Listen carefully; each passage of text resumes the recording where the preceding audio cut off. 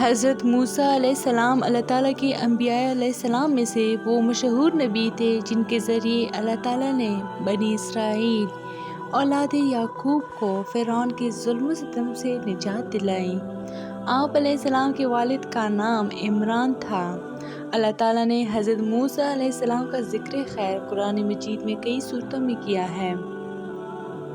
حضرت یوسف علیہ السلام کے مصر پر حکمران بننے کے کچھ عرصے بعد حضرت یعقوب علیہ السلام اپنے پورے خاندان سمیت مصر میں آ کر آباد ہو گئے اور پرامن زندگی گزارنے لگے۔ حضرت یعقوب علیہ السلام کے بیٹوں کو اللہ تعالیٰ نے اپنی نعمتوں سے نوازا اور ان کی نسلوں کو خوب بڑھایا۔ آپ علیہ السلام کی والد سے جو لوگ وجود میں آئے انہیں بنی اسرائیل کہا جاتا ہے، جن کا قرآن مجید میں کئی مقامات پر ذکر آیا ہے۔ جب حضرت یوسف علیہ السلام اس دنیا سے رخصت ہوئے تو بنی اسرائیل کو بہت زیادہ صدمہ ہوا۔ اہل مصر نے انہیں تسلی دی اور ہر حالت میں ان کا خیال رکھنے کا وعدہ کیا۔ کچھ عرصے تک تو اہل مصر نے اپنے قوم کا پاس رکھا اور بنی اسرائیل کی عزت و شرف کو تسلیم کیا، لیکن رفتہ رفتہ بنی اسرائیل کے علماء نے لوگوں کو اللہ تعالیٰ کی طرف دعوت دینا چھوڑ دی اور دنیا کے حصول میں مگن ہو گئے، اور لوگ بھی اللہ تعالیٰ سے دور ہو کر امیر سے حسد اور غریب کو حقیر سمجھنے لگے۔ بنی اسرائیل کے اس طرز عمل کو دیکھ کر اہل مصر بھی بنی اسرائیل کو نفرت کی نگاہ سے دیکھنے لگے، یہاں تک کہ بعض اہل مصر نے یہ ذہن بنا لیا کہ مصر میں بادشاہت کا حق صرف ہم اہل مصر کو ہے۔ بنی اسرائیل تو کنعان سے آ کر یہاں آباد ہوئے ہیں، انہیں ہم پر بادشاہت کرنے کا کوئی حق نہیں۔ جب بنی اسرائیل نے اللہ تعالیٰ کی نافرمانیاں شروع کر دیں تو اہل مصر کے دلوں سے ان کا مقام و مرتبہ ختم ہو گیا اور وہ بنی اسرائیل سے نفرت کرنے لگے۔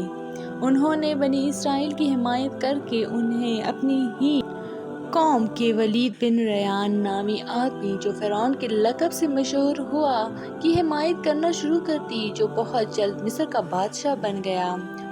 وہ بہت بڑا ظالم، متکبر اور جابر تھا اور اپنی قبطی قوم کو بادشاہوں کی قسم اور بنی اسرائیل کو غلام قوم سمجھتا تھا۔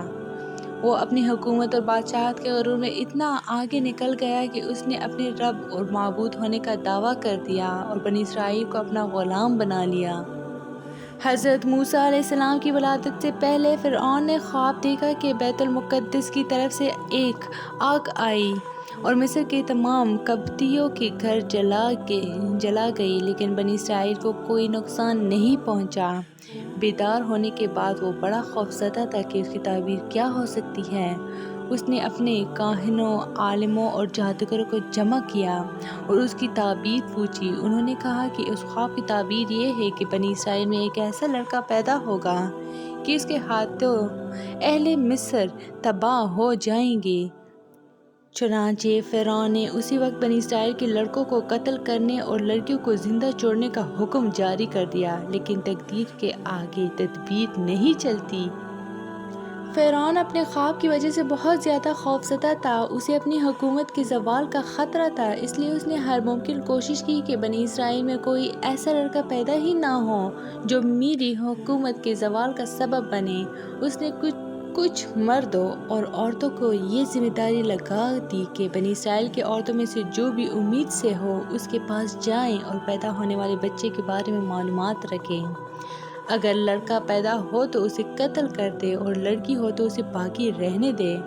ادھر فرعون کی یہ چالی تھی، ادھر تقدیر الہی اس پر ہنس رہی تھی اور کہہ رہی تھی کہ اے ظالم بادشاہ، تجھے اپنی افواج کی کثرت، اپنے اقتدار کی طاقت اور وسیع سلطنت پر غرور ہے، لیکن اس عظیم خالق کی طرف سے تو غافل ہے کہ جس کی تقدیر کا کوئی توڑ نہیں، جس کے فیصلوں کو رد کرنے کی کسی میں مجال نہیں۔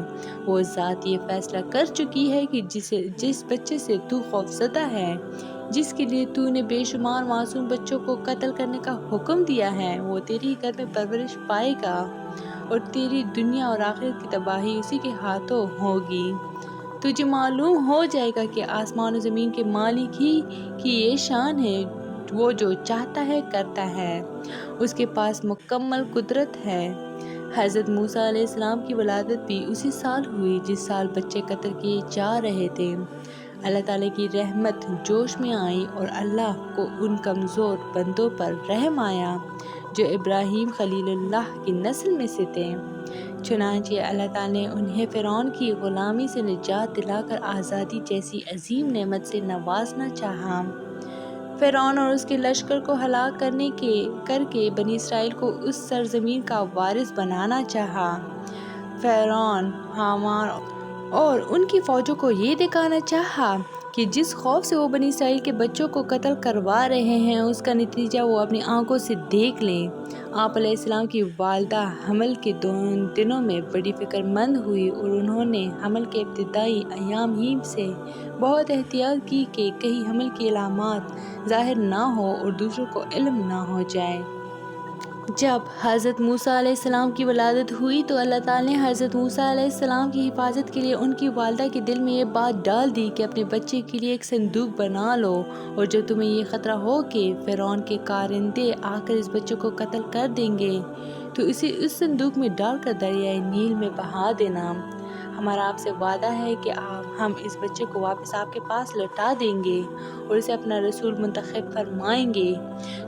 حضرت موسیٰ علیہ السلام کی والدہ نے اللہ کے حکم کی تعمیل کرتے ہوئے اپنے بچے کو ایک مضبوط صندوق میں ڈال کر دریا میں بہا دیا۔ جب وہ صندوق فرعون کے محل کے قریب سے گزرا تو شاہی خاتمیوں نے اس صندوق کو دریا سے نکال کر شاہی محل میں فرعون کی بیوی آسیہ کے سامنے پیش کر دیا۔ فرعون کی بیوی آسیہ نے جب صندوق کھولا اور کپڑے میں لپٹے ہوئے حضرت موسیٰ علیہ السلام کا معصوم چہرہ نظر آیا اور اس کے دل میں آپ علیہ السلام کی شدید محبت پیدا ہو گئی۔ اس نے فرعون سے کہا، یہ تو بہت ہی پیارا بچہ ہے، یہ تو میری اور آپ کی آنکھوں کی ٹھنڈک ہے، اس لیے اسے دوسرے بچوں کی طرح قتل نہ کیا جائے۔